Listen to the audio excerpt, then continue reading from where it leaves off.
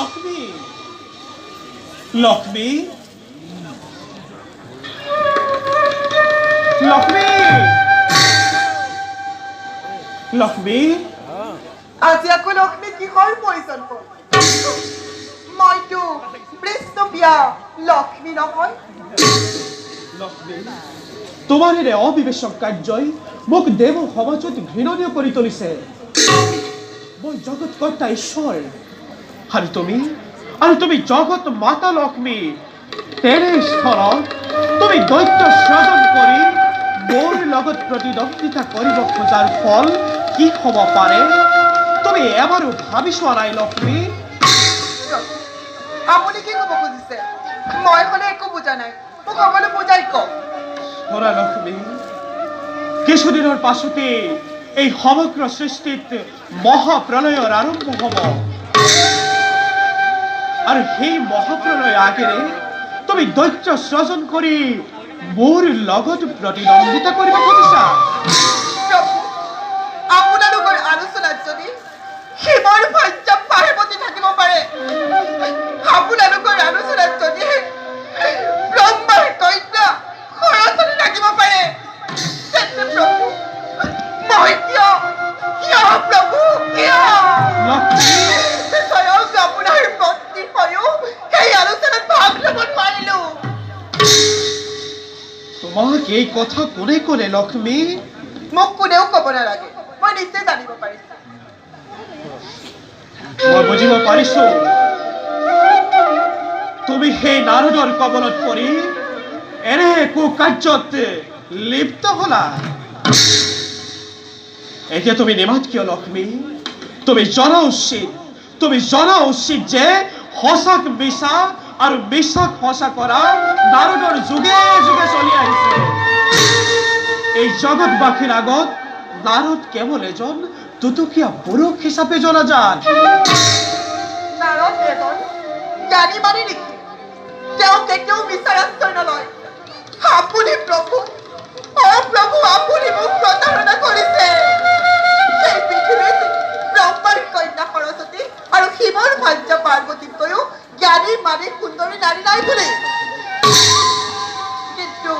বিষ্ণুপ্ৰিয়া লক্ষ্মীৰ সেই ক্ষমতা আছে নে নাই মই প্ৰমাণ কৰি দেখুৱাইছো আৰু আপোনাৰ প্ৰতিদ্বন্দ্বীৰ বাবে মই থিয় দিছো যদি ক্ষমতা আছে তাক প্ৰতিৰোধ কৰক তুমি দাম্ভিক প্ৰভু তুমি গৰ্বিতা প্ৰভু তুমি আজি আৰু সেই বিষ্ণুপ্ৰিয়া লক্ষ্মী নোহোৱা তুমি কোন জানা মই এই জগতৰ মাতা লক্ষ্মী নহয় তুমি জগত মাতৃ লক্ষ্মী তুমি কোনোবা দানৱী আৰু ইয়াৰ পৰিণাম কি হ'ব পাৰে তুমি এবাৰো ভাবি চোৱা নাই লক্ষ্মী তুমি এবাৰো ভাবি চোৱা নাই পৰিণামলৈ ভয় কৰি সেই লক্ষ্মীয়ে কৰ্তব্যত আগবঢ়া নাই প্ৰভু বিষ্ণুৱে বুজক লক্ষ্মীক অৱহেলা কৰাৰ পৰিণাম কি ভয়ংকৰ হ'ব পাৰে ভুল লক্ষ্মী তুমি ভুল পথে পৰিচালিত হলা এদিন নহয় এদিন তুমি এক ভয়ংকৰ বিপদত পৰি এই জগতবাসীৰ আগত উদ্ধাৰৰ বাবে হাই হাই কৰি ফুৰিব লাগিব কিন্তু তোমাৰ সহায়ৰ বাবে সেই সময়ত কোনো নাথাকিব লক্ষ্মী তোমাৰ সহায়ৰ বাবে সেই সময়ত কোনো নাথাকিব মই আৰু তোমাৰ লগত তৰ্ক নকৰো লক্ষ্মী তোমাৰ যুক্তিয়ে হেৰাই গ'ল মই আহিছো কিন্তু যোৱাৰ আগতে এটা কথা কৈ যাওঁ শুনা লক্ষ্মী হিউ যে এক কৰ্মফল ধৰ্মৰ জয় অধৰ্মৰ পৰাজয় ধৰ্মৰ জয় অধৰ্মৰ পৰাজয় ধৰ্মৰ জয় অধৰ্মৰ পৰাজয়